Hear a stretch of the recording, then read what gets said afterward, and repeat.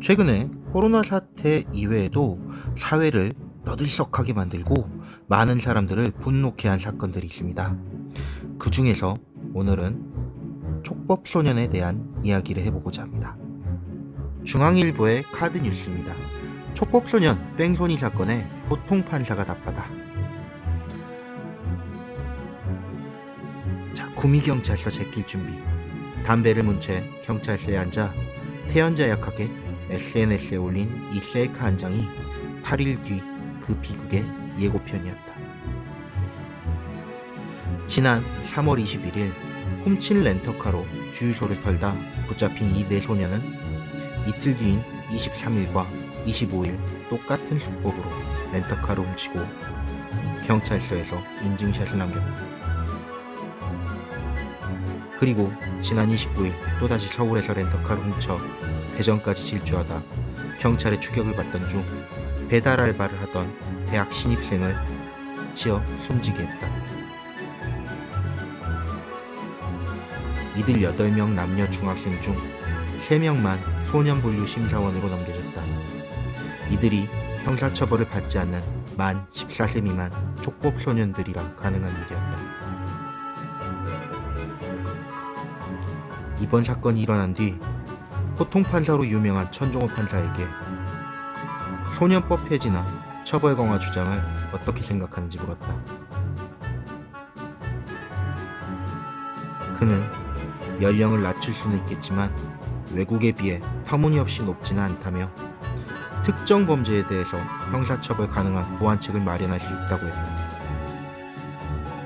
또 청소년들이 SNS에 범죄를 자랑하는 건 잔인해서라기보다 오히려 그 파장조차 가늠하지 못하는 미성숙함의 근거라는 주장이다. 이어 요즘은 부모가 아이를 제압하지 못하고 학교에서 자기 방어하는 말만 하고 타인을 존중하는 교육을 하지 않아 벌어지는 문제라고 했다. 다만 이번 뺑소니 사건 같은 재범을 막기 위해선 사고 직후 강제 동행제도 도입을 주장했다. 지금은 판사에게 긴급 임의 동행 영장을 받아야만 가능하다.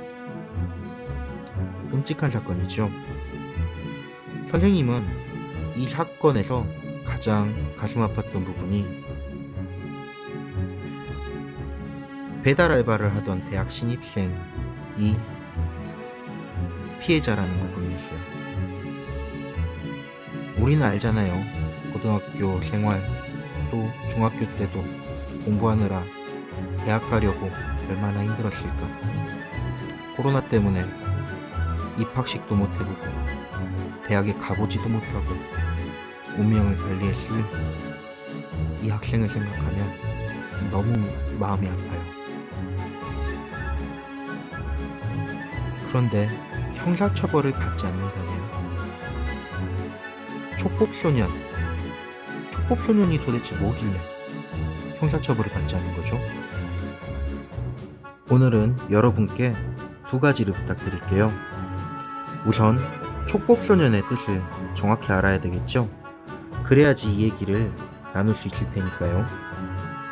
교과서 154페이지를 참고하셔서 저에게 촉법소년이 무엇인지 이야기해 주시겠어요? 그리고 두 번째,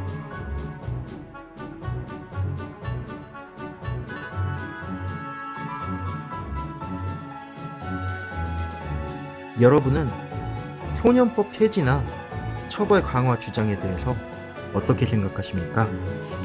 여러분의 의견을 들려주세요. 교과서 149페이지를 참고하시면 도움이 될 거예요.